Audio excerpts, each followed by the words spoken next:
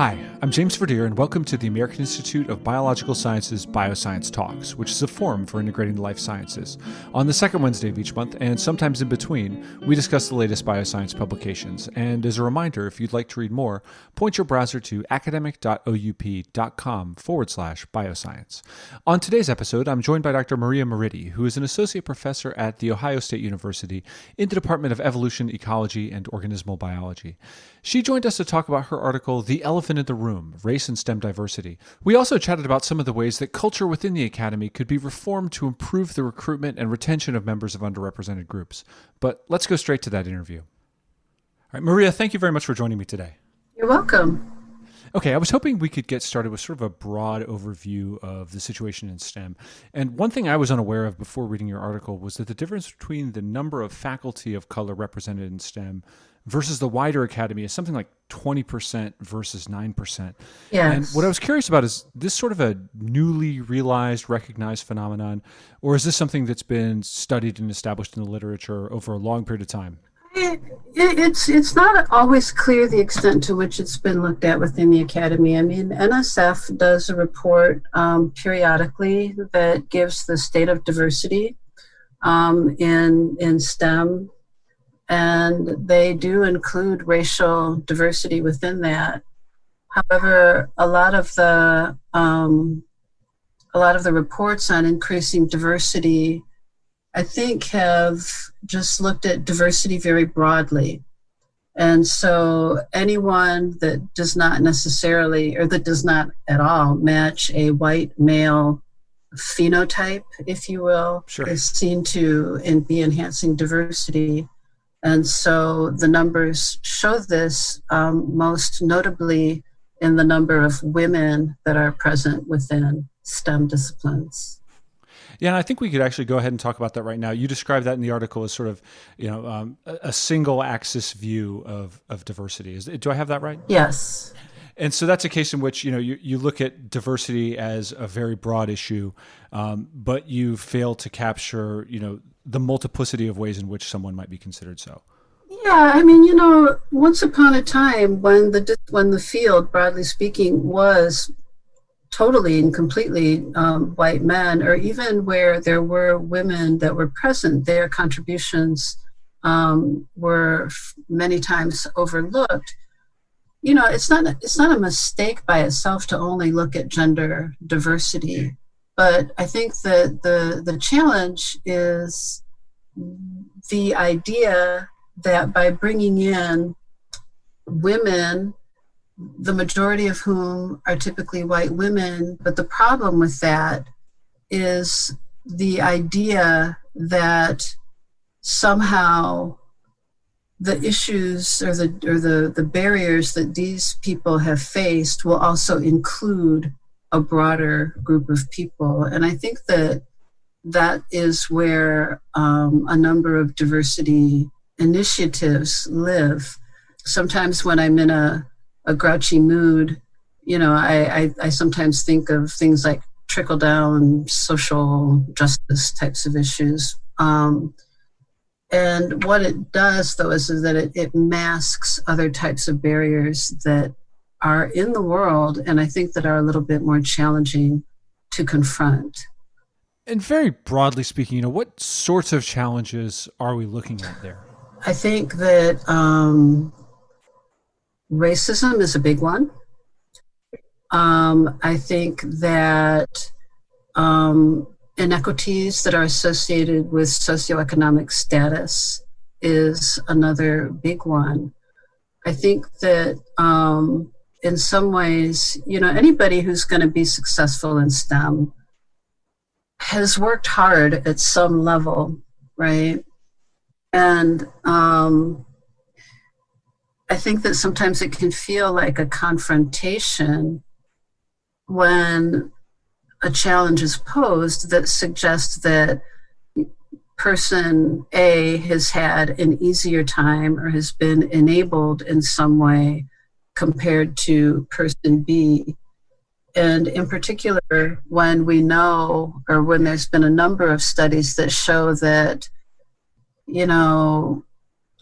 people along racial lines might not be as much equipped to pursue STEM disciplines because if they're in a poor community, then the quality of education isn't as well.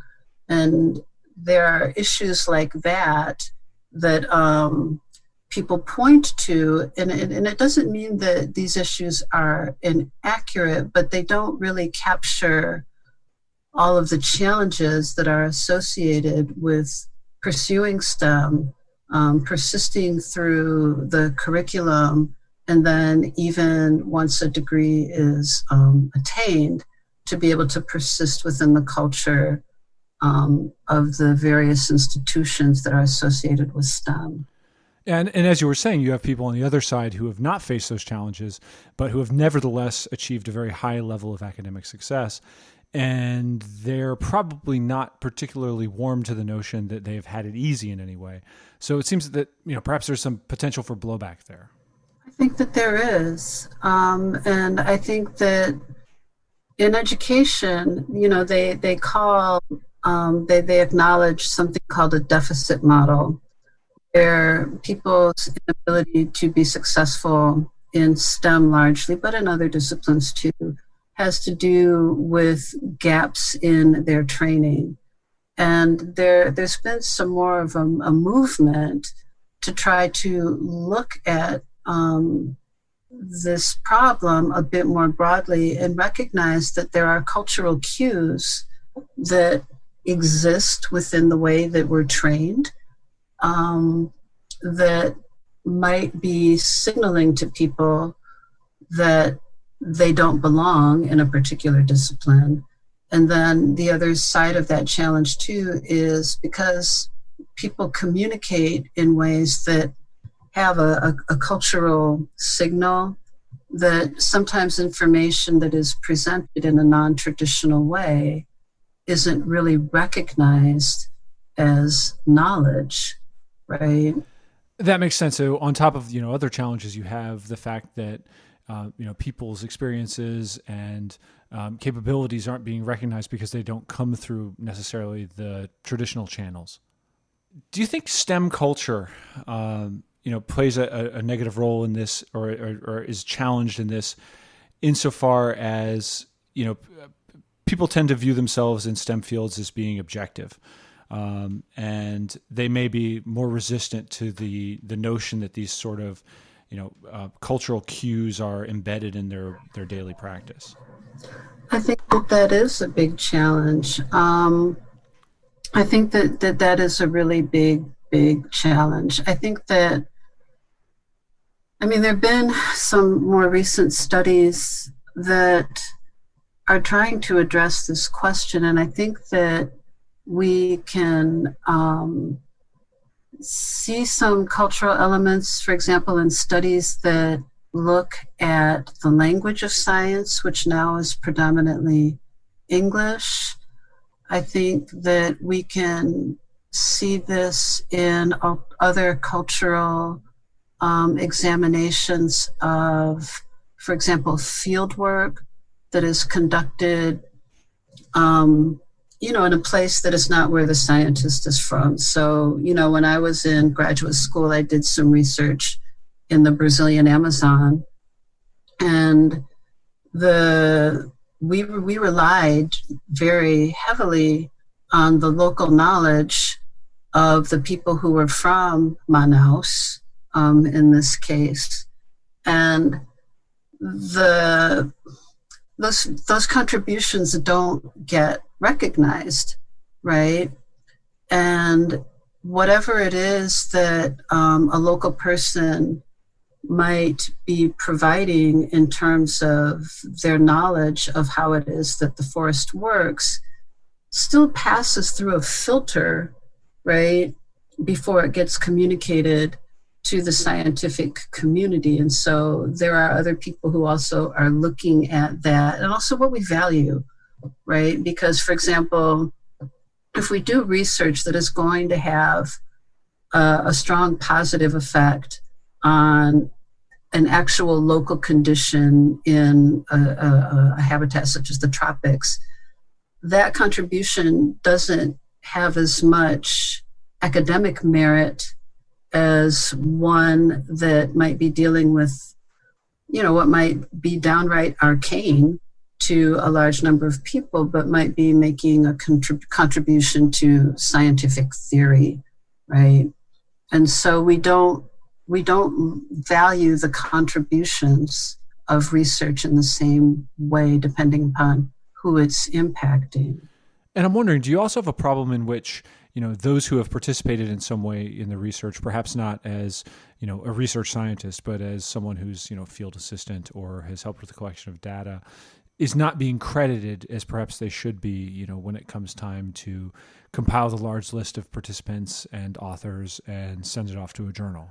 Yeah, that is true. And, sometimes with the large groups, maybe partly because of that, but, it also is reflected in who is it who gets invited to participate in these types of collaboration. So, on the one hand, it's the acknowledging of the field assistants and other people, technicians, for example. And then the other thing is that, depending upon the type of work that someone does, even if they might know a lot about a given system, but haven't produced a certain quality of paper, they're not necessarily invited to participate in these large efforts. Yeah, that's a great point. And, one of the things that has become certainly a common refrain is the fact that, the lone principal investigator model of science is much less relevant now. And it's been largely replaced by these enormous collaborations. And when you get down to, how do you become involved in those types of collaborations, that question is something that's much less frequently addressed. And I would assume it's through informal networks. Does that also come into play here? I think that it does. I think that, there are certain institutions that have training that is of a given level, right? So, if you get a degree from Harvard, it means something different than if you get a degree from University of Pittsburgh. I mean, I'm just pulling these, institutions out kind of randomly.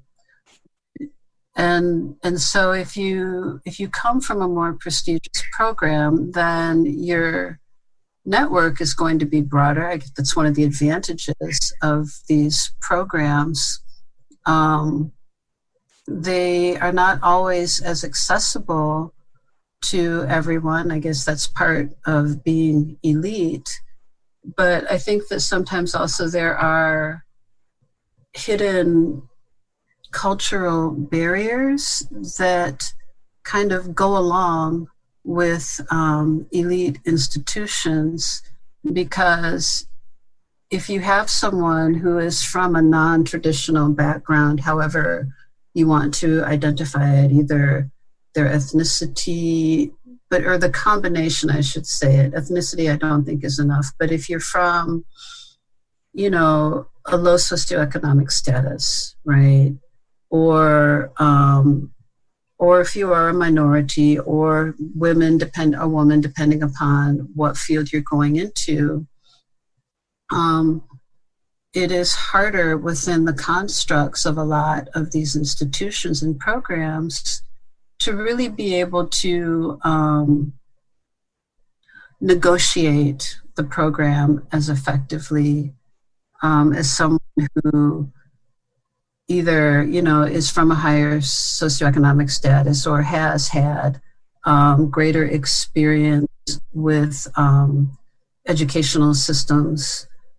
These types of things that come into play that do influence how well an individual performs. And so the way in which this has been discussed in educational literature is a sense of social belonging, right? And there are studies that do demonstrate that social component does influence an individual's performance. And so what it is, I guess, that I'm trying to describe is that there's different tiers, I guess, of access, because, I don't know if you have seen or if you have heard accounts of people who are really bright who get into a program, but then they don't persist, right?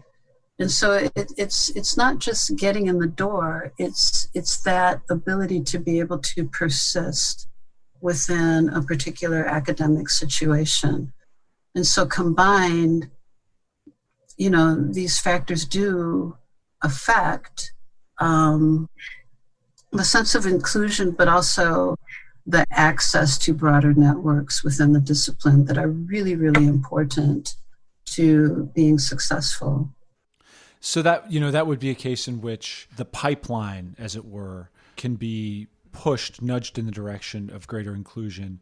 But if you don't also alter, the culture and the programs themselves, and indeed, I suppose to some degree, the people within them, to encourage them to, be aware of implicit bias, or, even just the effects of their own networks and relationships and those sorts of things.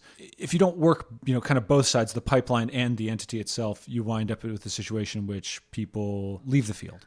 Yeah, or else end up more isolated within the field, which might not help them over the long term in terms of having a broader network.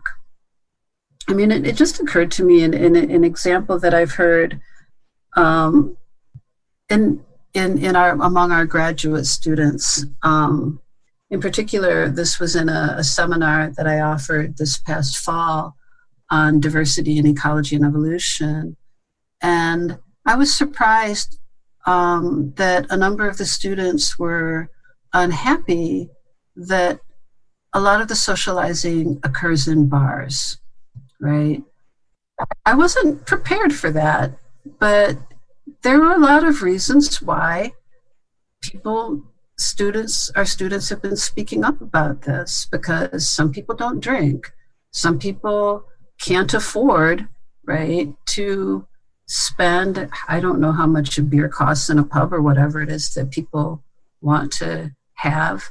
And they don't like the pressure of explaining away why they might be drinking a 7-Up or something else, right? Or someone is a recovering alcoholic, or, has to be managing that type of stuff, then it puts them in an uncomfortable situation. And so I make this point just to say that sometimes even topics that feel relatively benign, right? Just because that's what people commonly do, without examining it, you might be fostering something that favors one group of people over another, because in these casual types of environments is where a lot of information gets shared. That leads me to wonder, what are the ways, or do we know what ways institutions should be looking to foster a more inclusive environment, and one that is more successful at doing the things that I think are universally, thought of, or one would hope universally thought of as being good, of, fostering greater diversity. What should institutions be doing? Well, I think that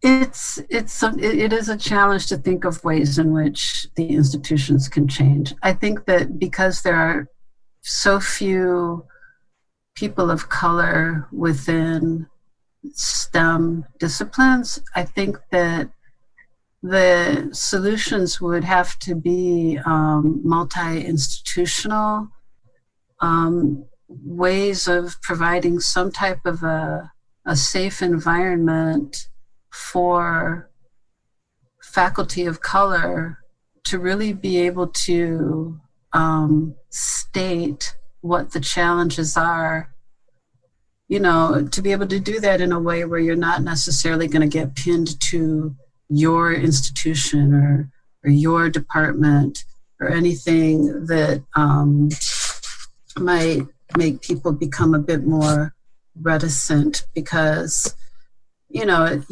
think that there are issues that need to be identified, but you don't want to alienate your colleagues or to put people or programs on the defensive.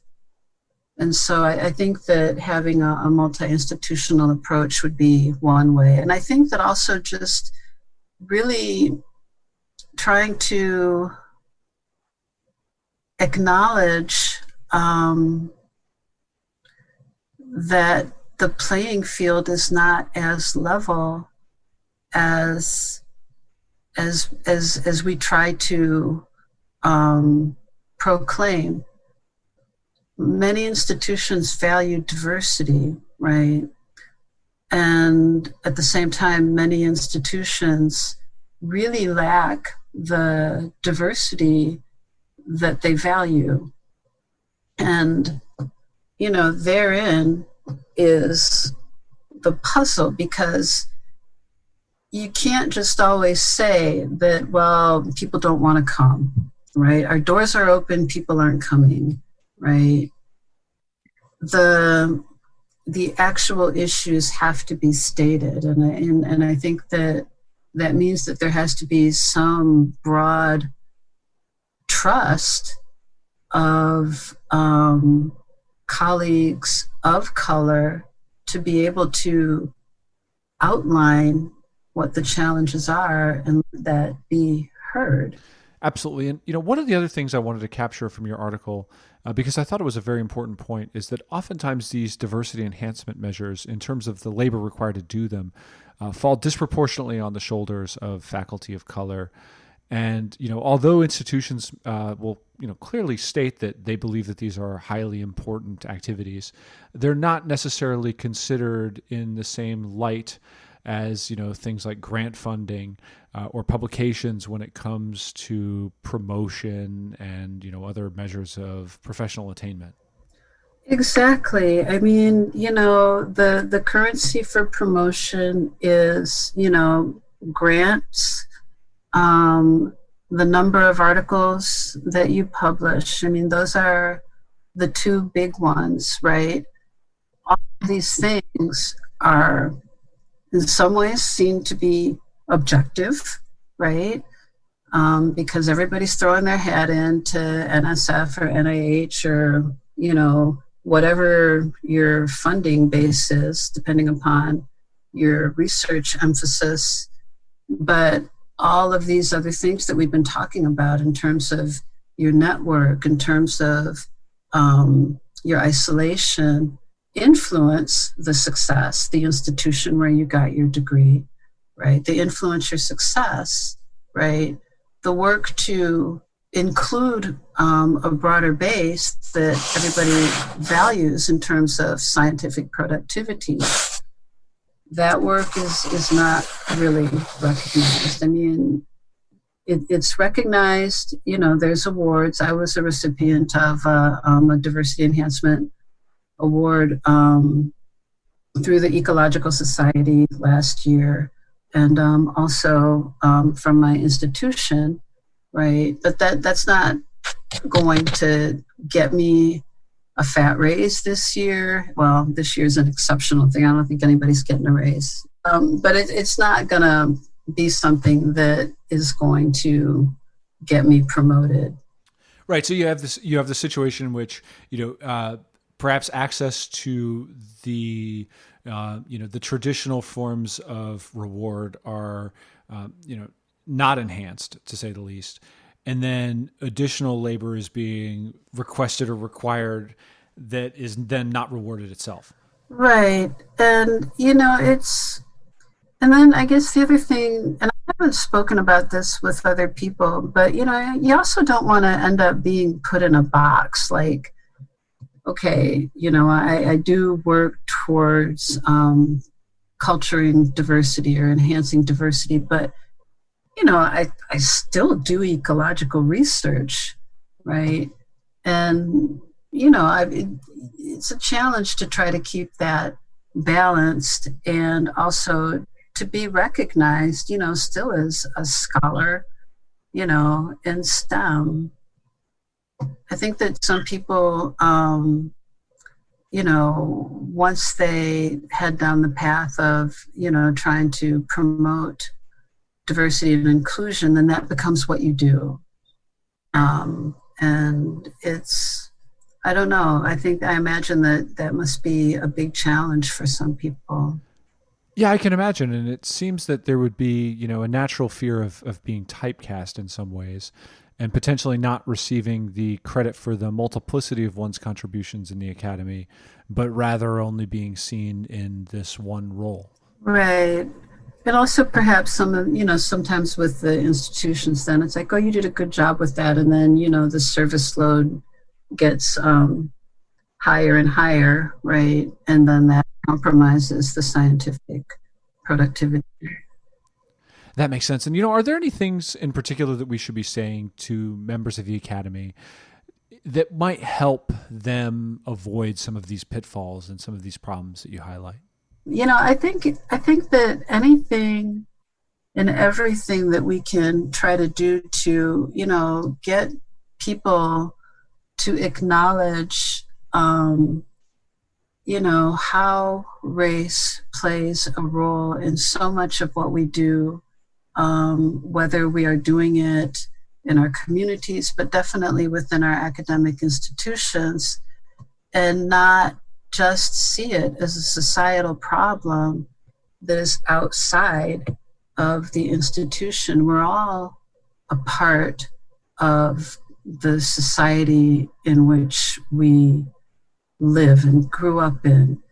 And it's not necessarily an outside factor. It starts with each of us.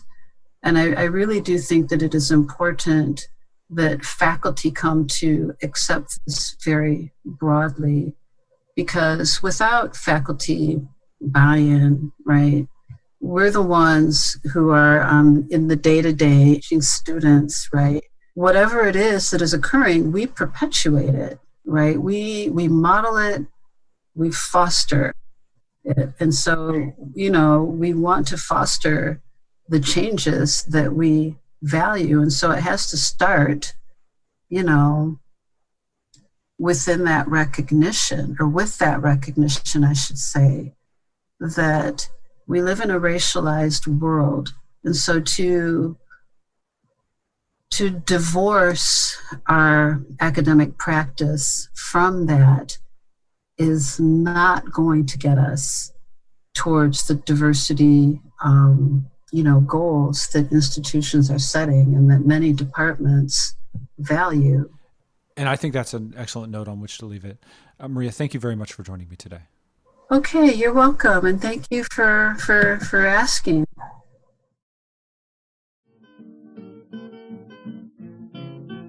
And that concludes this episode of BioScience Talks. Just a reminder, the journal BioScience is published by Oxford University Press on behalf of the American Institute of Biological Sciences and is made possible by the support of our members and donors. Thank you, and talk to you next time.